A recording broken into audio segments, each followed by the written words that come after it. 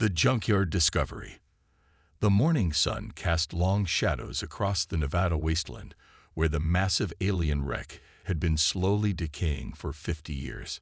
Marcus Chen wiped sweat from his forehead as he descended deeper into the ship's hull, his flashlight cutting through the darkness that had become as familiar to him as his own home. For 2 decades, he had been part of the salvage division, the government team responsible for stripping every useful piece of technology from what everyone called the most expensive piece of junk in human history. The ship had crashed during the summer of 2037, creating a crater visible from space and sending shockwaves around the world. Humanity had waited with bated breath for first contact, for messages from the stars, for anything that might change their understanding of the universe. Instead, they got silence. The ship was dead, its crew long gone, its systems fried beyond repair. After years of study, the scientific community had reluctantly concluded that this was nothing more than an ancient derelict that had finally succumbed to the cold void of space. Marcus had joined the project as a young engineer fresh out of MIT, filled with dreams of reverse engineering alien faster-than-light drives and energy weapons. 20 years later, he was still here. But his dreams had been replaced by the mundane reality of cataloging corroded metal plates and non-functional circuit boards. The most advanced thing they had managed to extract was a slightly more efficient battery design, and even that had taken 15 years to understand. Today felt different, though. Marcus had been following a series of unusual energy readings that his sensors had detected deep within the ship's core, readings that didn't match anything they had found before. The corridors here were different too, made from a darker metal that seemed to absorb his flashlight beam rather than reflect it. Strange symbols covered the walls, symbols that shifted and changed when he wasn't looking directly at them. Dr. Elena Rodriguez caught up with him as he paused to examine one of the walls more closely. The xenorchaeologist was one of the few people who still shared his enthusiasm for the project, though her interest was more academic than practical. She had spent years trying to decode the alien writing system, making slow but steady progress in understanding their language and culture. The symbols are more complex here, Elena observed, running her fingers along the wall. These aren't just navigation markers or technical specifications. They're telling a story, Marcus, something about guardians and sanctuaries, and a great darkness that consumes worlds. Marcus nodded absently, more focused on his readings than on Elena's translations. The energy signatures were getting stronger, and his equipment was detecting something that made his heart race with excitement. Hidden behind what appeared to be a solid wall, his deep scan revealed a chamber that had somehow escaped detection for 5 decades. Commander James Walker's voice crackled through their communicators, impatient as always. The military liaison had never been happy about civilians wandering through what he considered a potential security risk, but the government needed their expertise. Chen, Rodriguez, what's your status down there? We've got a schedule to keep. We found something, Commander, Marcus replied, pressing his hands against the wall where his scanner indicated the hidden chamber. There's a room here that's not on any of our maps. The metal feels warm, almost alive. The wall suddenly shifted under his touch, panels sliding aside with a soft whisper of movement to reveal a chamber filled with crystalline structures that pulsed with soft blue light.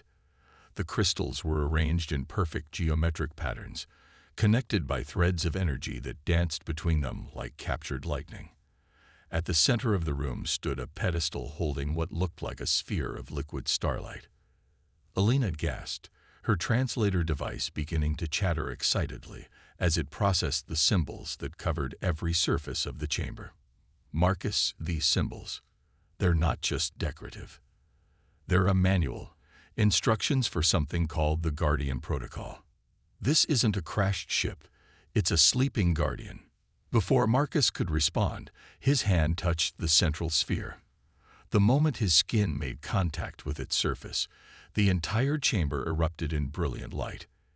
Energy flowed through the crystals like blood through veins, and a deep harmonic tone resonated through the ship's hull. Above ground, Every electronic device within 100 miles flickered as an enormous power surge rippled outward from the wreck. Marcus felt the energy flow through him, and suddenly he wasn't alone in his mind. An ancient presence awakened, vast and patient and impossibly old. Images flooded his consciousness. Fleets of ships crossing between galaxies, civilizations rising and falling like waves on a cosmic shore, and always the guardians, watching and protecting and standing ready to defend against something so terrible that entire species would rather flee to the farthest reaches of space than face it.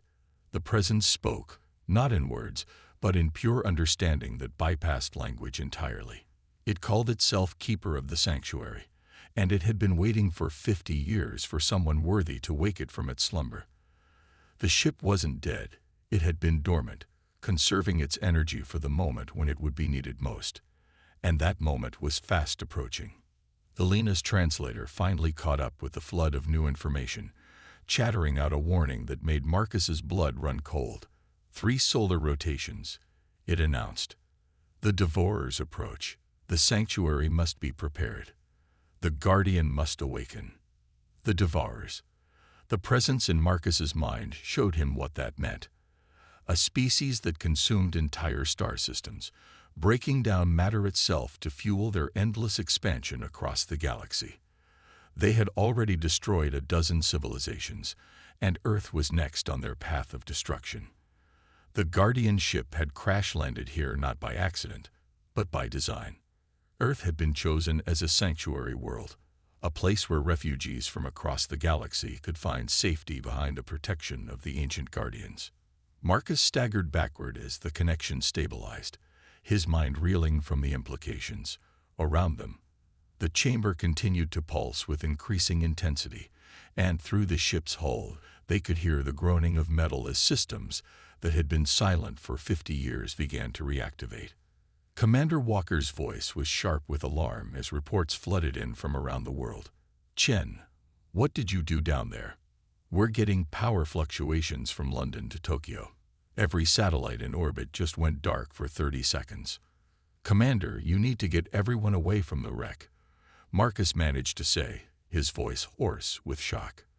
"The ship isn't what we thought it was. It's waking up, and when it does, everything is going to change." The Keeper's presence in his mind grew stronger, more focused. Through their connection, Marcus could feel the ship's systems coming online one by one. Engines that could fold space itself, weapons that could crack planets, shields that had withstood the fury of dying stars. But more than that, he could feel the ship's purpose, its driving need to protect and preserve life against the darkness that sought to consume everything. Elena was frantically working with her translator, trying to process the flood of information that filled the chamber. "Marcus, there are more ships. Dozens of them, scattered across Earth. They've all been waiting, dormant, pretending to be dead wrecks while they prepared for this moment." As if summoned by her words, reports began flooding in from around the world. The wreck in Siberia that had been turned into a tourist attraction suddenly began glowing with the same blue light. The fragments in the Sahara Desert that had been partially buried by sand were pushing themselves to the surface. Every piece of alien debris that humanity had found and catalogued over the past 50 years was awakening simultaneously. Marcus felt the Keeper's approval as he began to understand the scope of what was happening. The Guardians hadn't just sent one ship to protect Earth. They had sent an entire fleet. Each wreck had been placed strategically around the globe, their true nature hidden behind the appearance of ancient derelicts. For 50 years, they had been studying humanity, learning their strengths and weaknesses, preparing for the day when they would fight together against the coming darkness. The chamber around them began to shift and change, walls flowing like liquid metal as the ship reconfigured itself for war. Marcus could feel the Keeper's excitement as it finally shed the pretense of being a dead hulk and revealed its true form.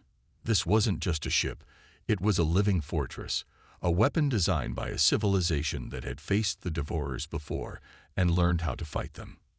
Commander Walker's voice cut through the growing noise of reactivating systems. "All personnel, evacuate the wreck immediately." We have reports of similar activity at crash sites worldwide.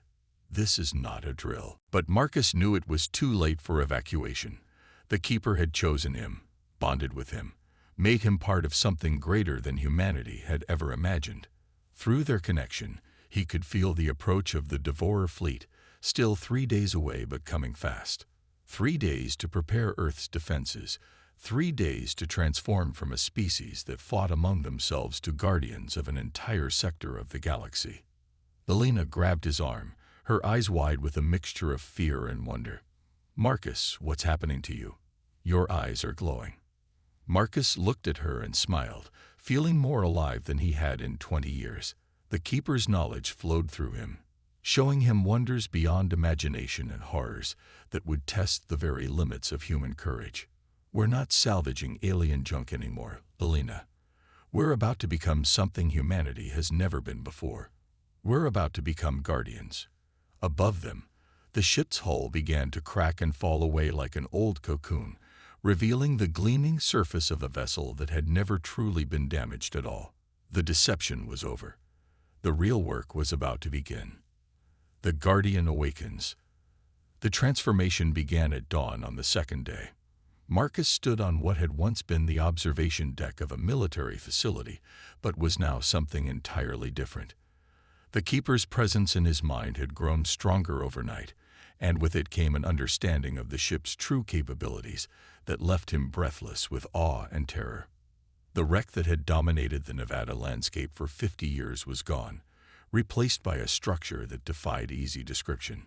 It rose from the earth like a crystal mountain, its surfaces shifting between solid matter and pure energy as the ancient systems rebuilt themselves from the molecular level up.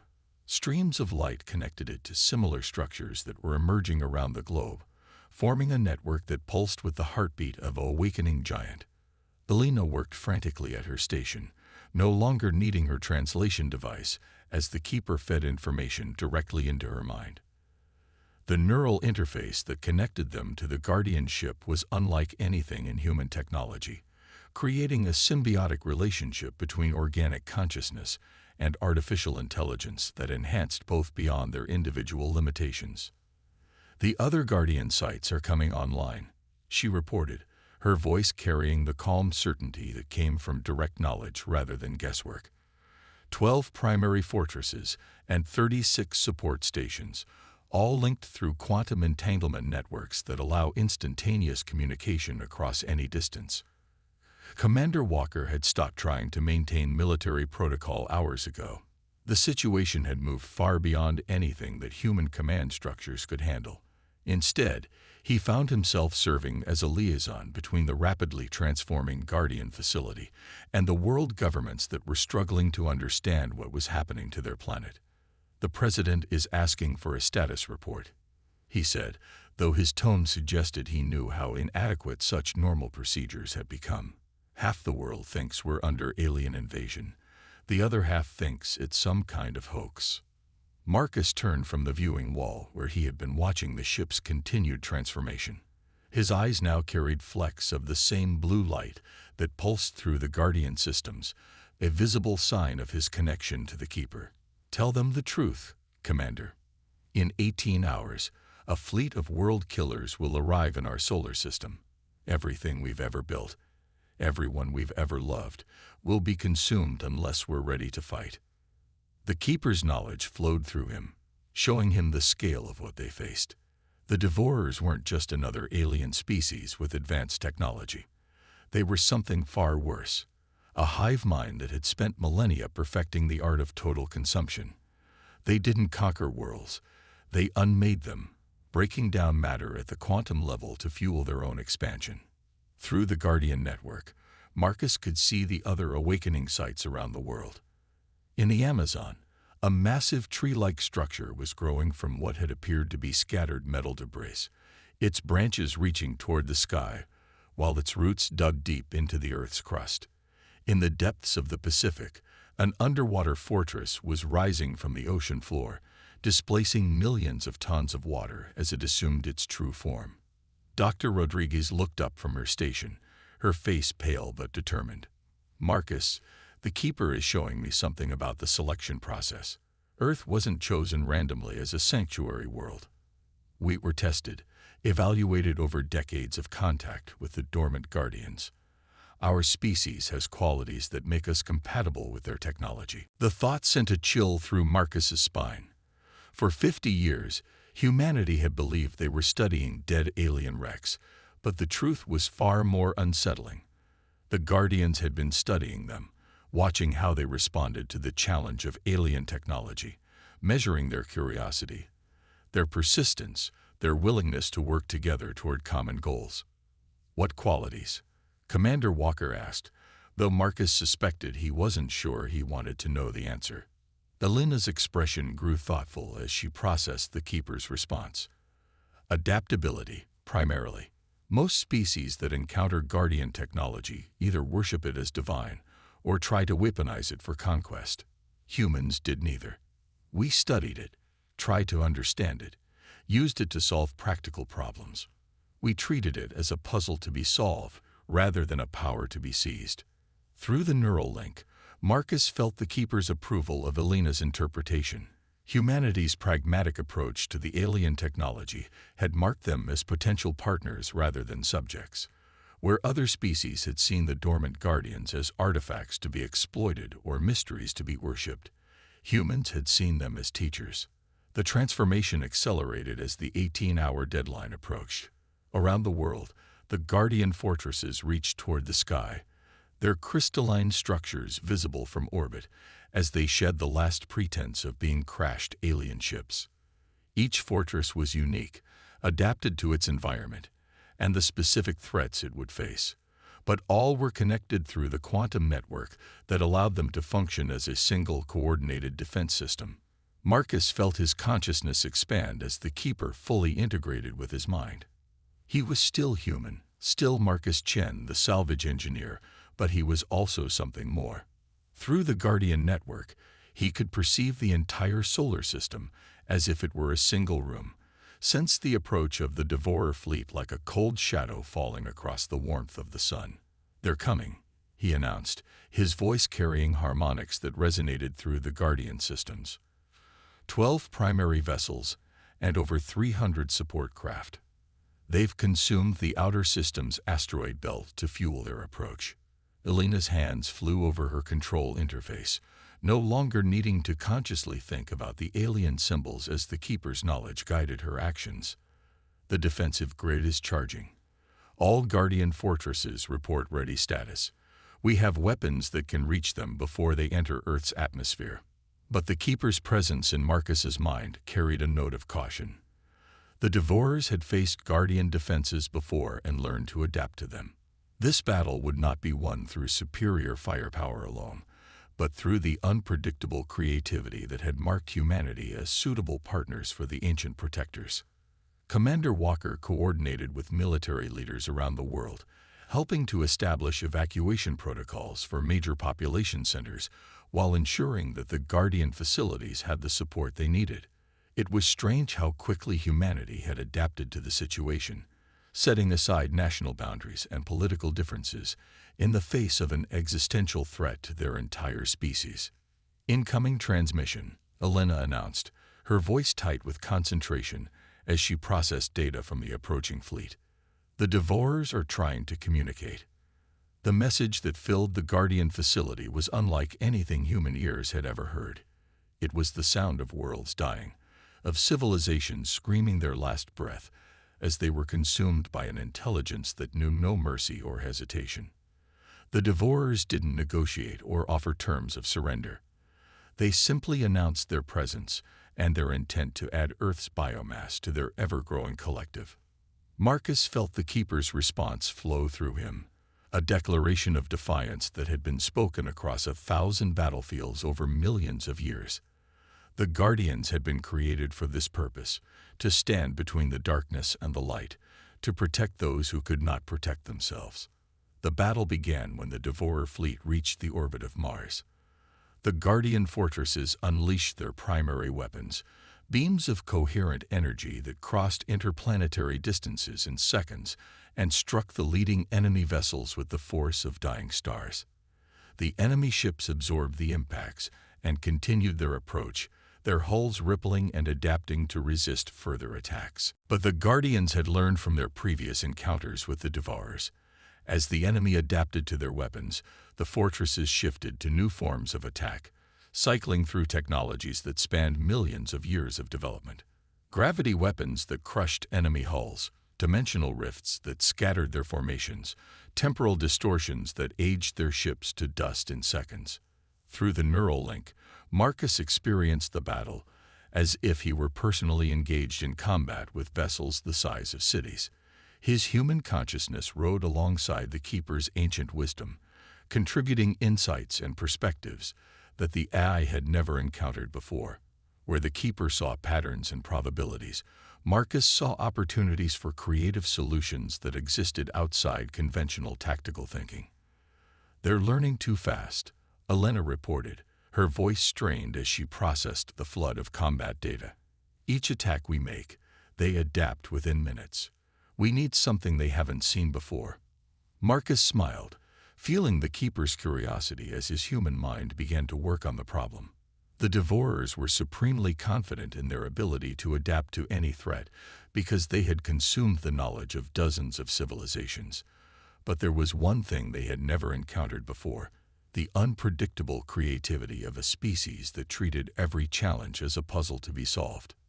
"Keeper," he said aloud, his voice carrying the authority of someone who had become one with the Guardian systems.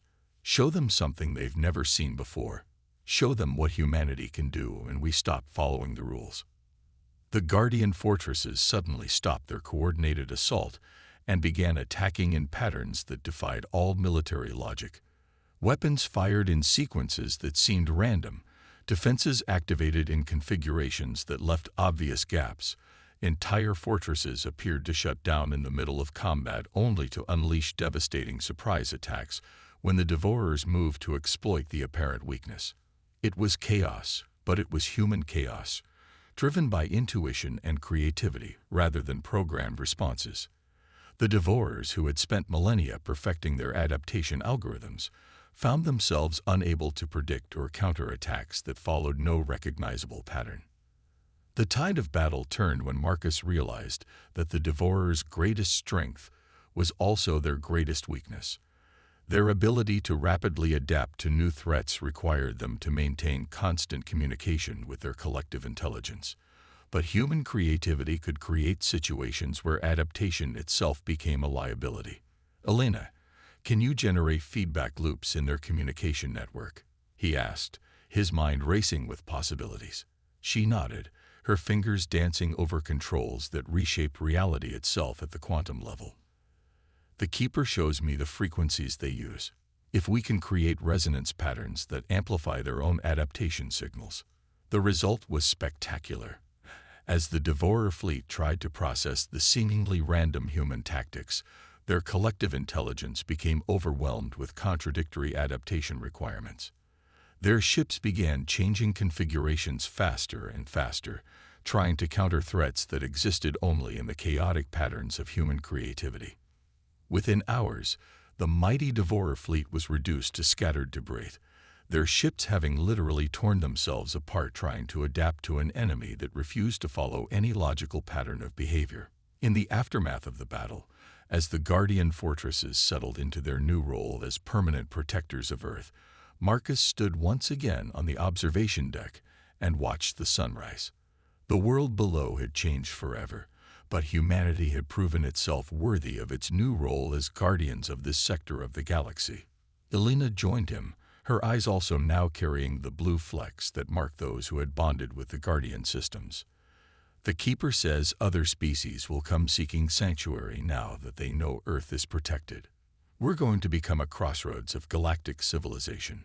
Marcus nodded, feeling the weight and wonder of their new responsibility. Humanity had spent 50 years thinking they were salvaging junk from a crashed alien ship. Instead, they had been preparing for the moment when they would become the protectors of countless worlds and species.